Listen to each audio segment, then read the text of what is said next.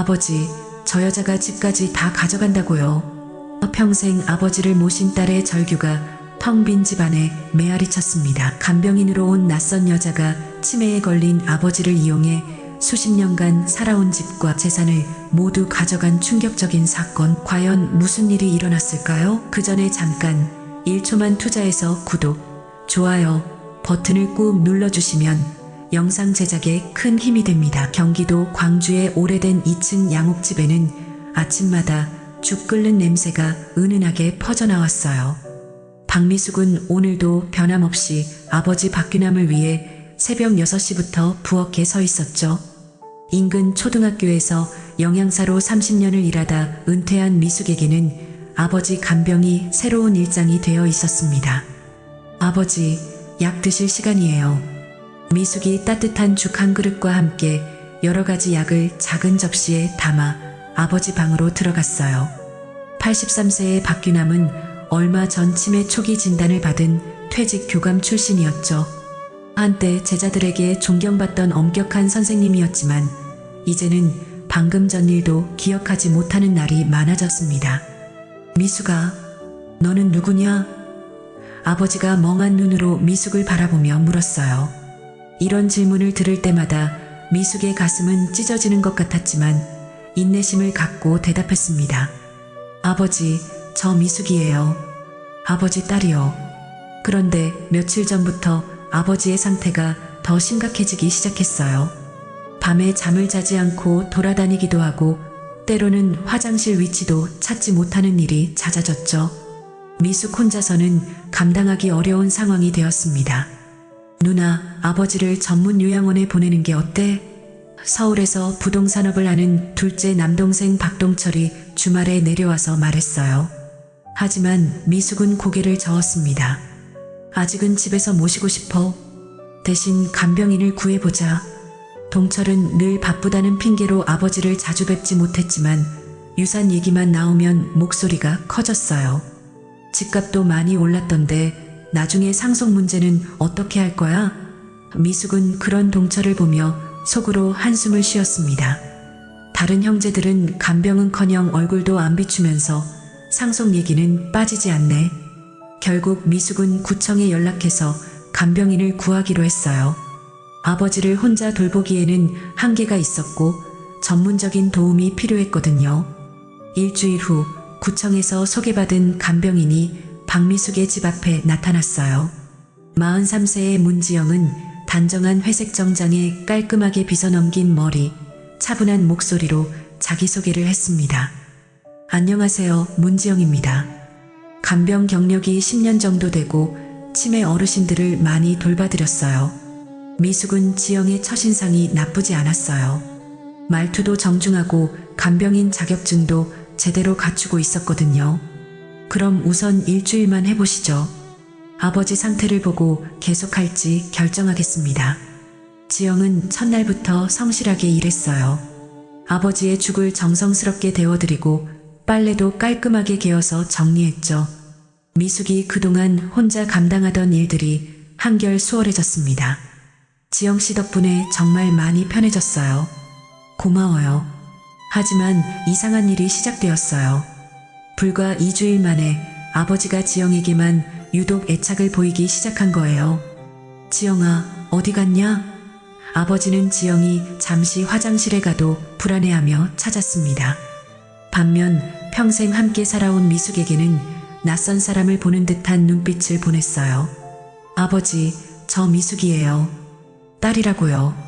미숙이 다가가자 아버지는 손을 뿌리치며 말했습니다. 너는 누구냐? 지영이는 나한테 잘해줘. 너보다 착해. 미숙은 당황스러웠어요. 치매 증상이라고 생각하려 했지만 아버지가 지영의 이름은 정확히 기억하면서 자신만 못 알아보는 게 이상했거든요. 왜 저 여자 이름은 그렇게 잘 기억하지? 한 달도 안 됐는데. 더 이상한 건 지영의 행동이었어요. 지영은 아버지와 둘만 있을 때 무슨 대화를 나누는지 미숙이 다가가면 갑자기 조용해졌어요. 그리고 아버지의 옷 스타일까지 바꿔주기 시작했죠. 평생 검은색 옷만 입으시던 아버지가 갑자기 밝은색 셔츠를 입고 계시는 걸 보고 미숙은 놀랐습니다. 지영씨, 아버지 옷을 왜 바꿔드린 거예요? 미숙이 물어보자 지영은 담담하게 대답했어요. 어르신이 좋아하시더라고요. 기분도 밝아지시고. 그날 밤 미숙은 잠이 오지 않았어요. 뭔가 석연치 않은 느낌이 계속 들었거든요. 너무 빨리 아버지 마음에 들어간 게 이상해. 이렇게 빨리 변하실 분이 아닌데. 한 달이 지나자 지영은 마치 집주인처럼 행동하기 시작했어요. 미숙이 허락하지도 않았는데 아버지 방 가구 배치를 바꾸고 오래된 사진들을 정리한다며 다른 곳으로 옮겨 놓았죠. 어르신이 답답해 하시더라고요. 좀 더 환하게 만들어드렸어요. 미숙은 불안감이 커져갔어요. 지영이 집 안 구석구석을 너무 자세히 살펴보는 것 같았거든요. 특히 아버지 서랍이나 장롱을 정리한다며 뒤지는 모습을 여러 번 목격했어요. 혹시 뭘 찾고 계신 건 아니죠? 아니에요. 그냥 정리 좀 해드리는 거예요. 어르신이 어디에 뭘 두셨는지 자꾸 까먹으시잖아요. 지영의 대답은 항상 그럴듯했지만 미숙의 의심은 더욱 깊어졌습니다. 그러던 어느 날 오후 지영이 시장에 나간 사이 미숙은 아버지 방을 들여다봤어요. 그리고 책상 서랍에서 이상한 서류들을 발견했습니다. 공인인감등록 신청서와 함께 아버지 필체로 쓰인 듯한 편지가 있었어요. 지영 양에게 고마운 마음을, 집을. 편지 내용을 읽다가 미숙은 손이 떨리기 시작했어요. 설마 하는 생각이 들었거든요. 더 자세히 뒤져보니 또 다른 서류가 나왔어요. 바로 유언장이었습니다. 본인 박규남은 정신이 온전한 상태에서 본인의 주택과 예금을 문지영 양에게 상속한다. 아버지의 필체로 정성스럽게 쓰여진 유언장을 보는 순간 미숙은 현기증이 났어요. 이게 뭐야? 이게 도대체 뭐야? 미숙은 유언장을 들고 아버지께 달려갔어요. 아버지, 이게 뭐예요? 정말 아버지가 쓰신 거예요? 하지만 아버지는 멍한 표정으로 미숙을 바라만 봤어요. 유언장? 그게 뭐냐? 그러다가 지영이 시장에서 돌아오는 소리가 들리자 갑자기 표정이 밝아졌습니다. 지영아, 왔냐? 지영이 없으니까 심심했어. 지영은 미숙이 서류를 들고 있는 걸 보고도 전혀 당황하지 않았어요. 오히려 담담한 표정으로 말했습니다. 찾으셨네요. 어르신이 직접 써주신 거예요. 말도 안 돼요. 아버지가 언제 이런 걸 쓰셨다고. 미숙이 소리치자 지영은 차분하게 대답했어요. 법적으로 문제없이 진행된 거예요. 공증도 받았고요. 그 순간 미숙의 머릿속이 하얘졌어요. 공증까지 받았다는 말에 절망감이 밀려왔거든요. 설마 정말 법적으로 유효한 건가? 미숙은 떨리는 손으로 동철에게 전화를 걸었어요. 동철아, 당장 올라와. 큰일 났어. 목소리가 떨려서 제대로 말이 나오지 않았지만 간병인이 아버지 유산을 가로채려 한다는 사실을 간신히 전했습니다. 이틀 후 서울에서 내려온 동철은 유언장을 보자마자 얼굴이 붉어졌어요. 이게 뭐야? 이런 미친 일이 어디 있어? 하지만 곧 분노의 화살이 미숙에게로 향했습니다. 누나, 그럼 너는 왜 이걸 지금까지 가만히 두고 있었어? 우리가 먼저 손을 써야지. 나도 어떻게 해야 할지 몰라서. 미숙이 변명하려 하자 동철은 더욱 화를 냈어요. 아니, 간병인 하나 제대로 관리도 못하면서 뭘 한 거야? 이것 봐, 공증까지 받아놨잖아. 그때 지영이 거실로 나왔어요. 두 남매가 언성을 높이는 것을 듣고 온 모양이었죠. 무슨 일이세요? 지영의 목소리는 여전히 차분했습니다. 야, 너, 이게 뭐야? 동철이 유언장을 흔들며 소리쳤어요. 우리 아버지를 속여서 이런 걸 쓰게 한 거지? 지영은 전혀 당황하지 않았어요. 오히려 의자에 앉으며 담담하게 말했습니다. 속인 게 아니에요. 어르신이 직접 결정하신 거예요. 저한테 고마우니까 재산을 주고 싶다고 하시더라고요. 말도 안 되는 소리 하지 마. 동철이 주먹을 불끈 쥐었지만 지영은 미소까지 띠며 대답했어요. 법정에서 보시죠. 저 도망 안 가요. 정당한 절차를 거쳐서 받은 거니까요. 동철은 그 자리에서 경찰서에 신고 전화를 걸었어요. 하지만 경찰의 답변은 예상과 달랐습니다. 공증을 받은 유언장이라면 일단 법적 효력이 있습니다. 사기 혐의가 있다면 증거를 가지고 고발하셔야 해요. 그날 밤 미숙은 인터넷을 뒤지기 시작했어요. 문지영이라는 이름으로 검색하고 구청과 간병인 협회에도 전화를 걸어 그녀의 과거를 캐내려 했죠. 며칠간의 추적 끝에 충격적인 사실을 알게 되었습니다. 동철아, 지영이 과거에도 비슷한 일이 있었대. 미숙의 목소리가 떨렸어요. 3년 전에 다른 노인분께도 똑같은 짓을 했는데 증거 불충분으로 무혐의 처분받았다는 거야. 동철은 주먹으로 테이블을 쳤어요. 그럼 우리가 당하고만 있을 수는 없잖아. 변호사를 찾아보자. 이런 사기를 당하고 가만히 있을 순 없어. 하지만 지영은 여전히 여유로웠어요. 오히려 아버지를 더욱 자기 편으로 만들어가고 있었거든요.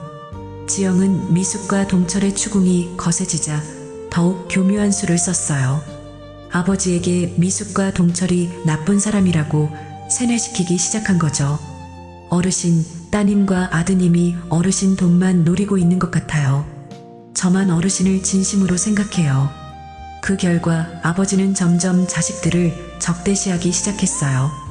미숙이 약을 가져다 드리려 하면 손을 뿌리치며 소리쳤습니다. 저리 가.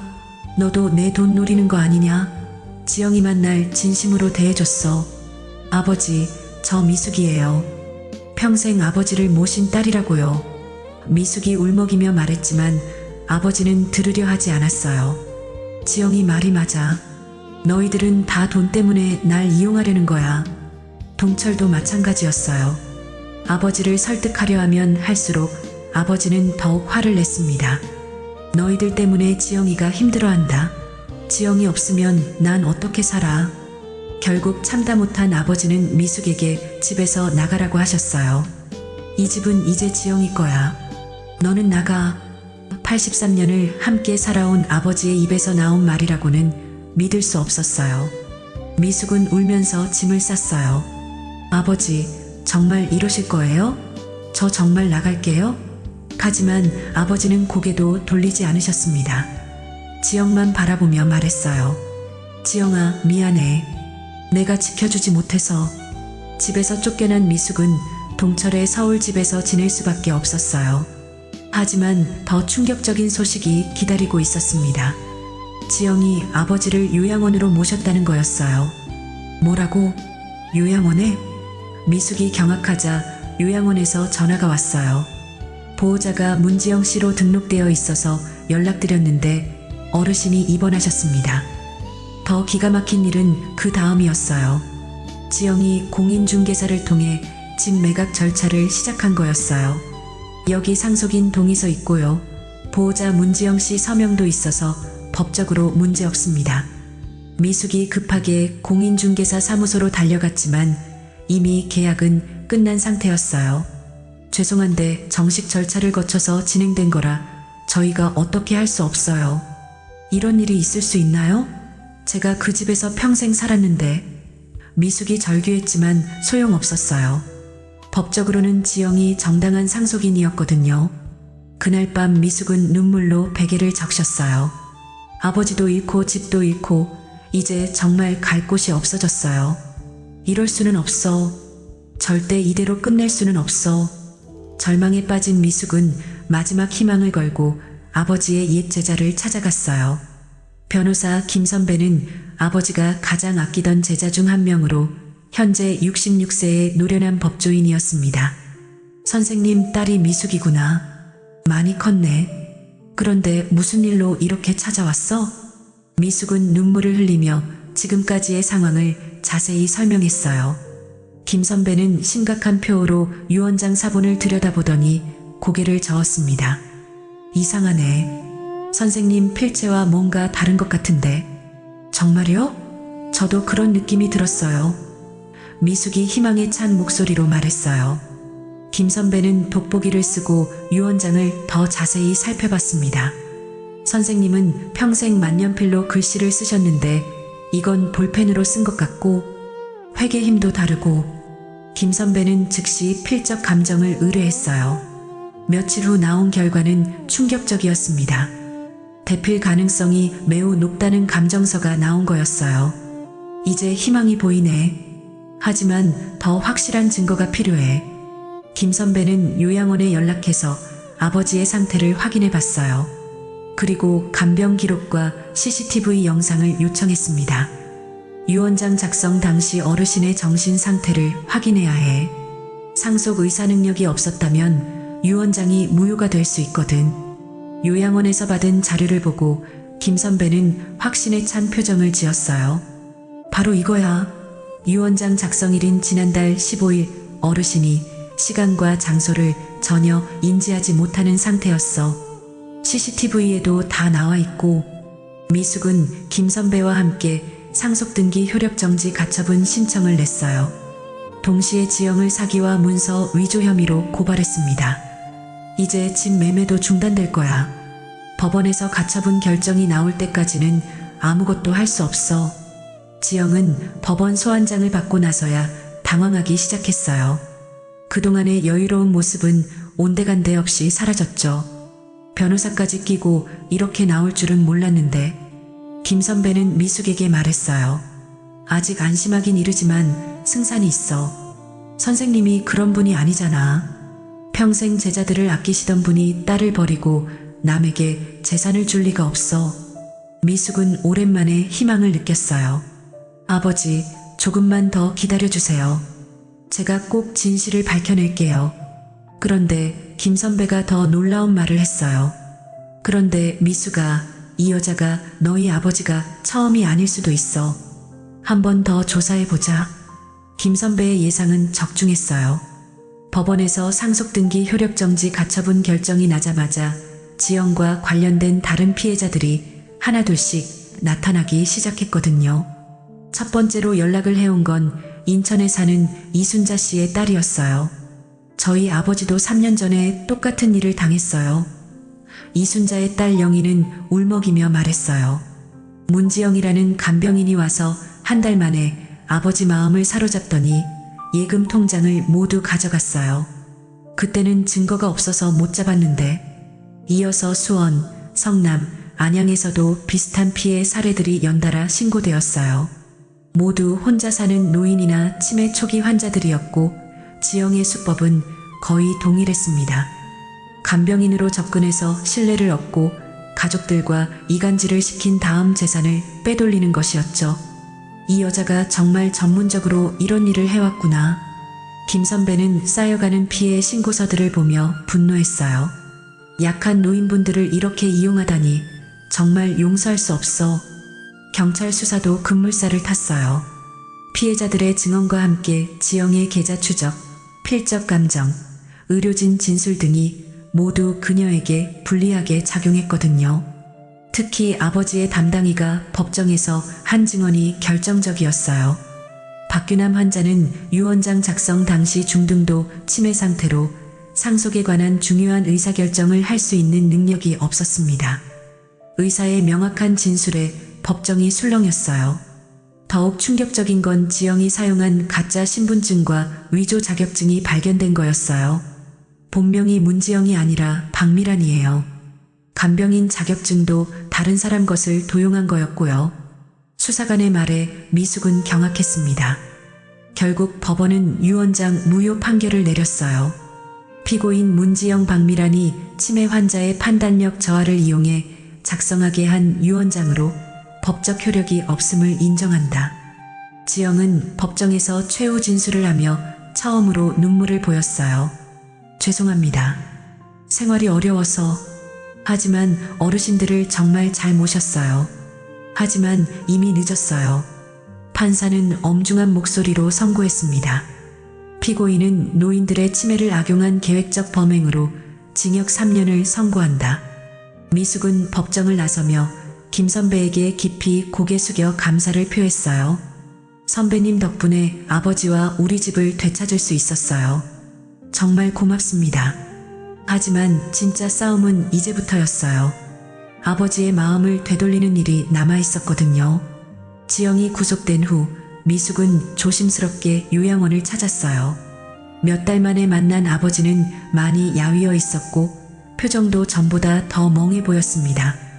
미숙이 다가가자 아버지는 처음엔 경계하는 듯한 눈빛을 보였어요. 아버지, 저 미숙이에요. 미숙이 조용히 말하자 아버지는 한참 동안 미숙의 얼굴을 바라봤어요. 그러더니 갑자기 눈가에 눈물이 맺히기 시작했습니다. 미숙아, 내가 뭘 한 거냐? 간병사는 미숙에게 귀띔했어요. 며칠 전부터 지영 씨를 찾으시면서 불안해하시더니 어제부턴 계속 미숙이를 찾으셨어요. 뭔가 기억이 돌아오시는 것 같아요. 미숙은 아버지 손을 꼭 잡았어요. 아버지, 괜찮아요. 이제 다 끝났어요. 저희가 다시 함께 살 수 있게 됐어요. 아버지는 말은 못하셨지만 미숙의 손을 꼭 잡고 놓지 않으셨어요. 가택 매매는 법원 판결로 무효 처리되었고 미숙은 아버지를 요양원 근처 작은 아파트로 모셨어요. 큰 집은 너무 관리하기 어려웠고 아버지 상태로는 요양원과 가까운 곳이 나았거든요. 동철도 뒤늦게 반성하며 자주 찾아오기 시작했어요. 누나, 정말 미안해. 그동안 누나한테만 맡겨두고 나는 너무 무관심했어. 앞으로는 내가 더 도울게. 그해 겨울, 아버지는 조용히 눈을 감으셨어요. 마지막 순간까지 미숙의 손을 꼭 잡고 계셨죠. 장례를 치르고 나서 미숙은 아버지 유품을 정리하다가 낡은 일기장을 발견했어요. 교직 생활 40년 동안 쓰신 일기장의 마지막 페이지에는 미숙에게 쓴 편지가 있었어요. 떨리는 손으로 편지를 펼쳐보니 아버지의 진심이 고스란히 담겨 있었습니다. 내 딸 미숙아, 아버지가 치매에 걸려서 너에게 상처를 많이 줬구나. 하지만 아버지 마음 깊은 곳에서는 항상 내가 가장 소중했다. 가장 힘들 때 곁에 있어준 내가 내 전부였어. 고마웠고 사랑한다. 미숙은 편지를 읽으며 눈물을 쏟았어요. 아버지가 정신이 온전했을 때 써두신 진짜 마음이었거든요. 아버지도 저를 사랑하고 계셨구나. 마지막이라도 알 수 있어서 다행이야. 몇 달 후 미숙은 노인 상대 사기 예방 강의를 다니기 시작했어요. 자신과 같은 피해자가 더 이상 생기지 않기를 바라는 마음에서였죠. 어르신들을 노리는 나쁜 사람들이 많아요. 가족들이 더 관심을 가져야 해요. 미숙의 삶은 조금씩 치유되어 가고 있었어요. 아버지를 잃은 슬픔은 여전했지만 마지막에 받은 아버지의 진심 어린 편지가 큰 위로가 되었거든요. 그리고 이 힘든 경험을 통해 다른 사람들을 도울 수 있게 된 것도 의미 있는 일이었어요.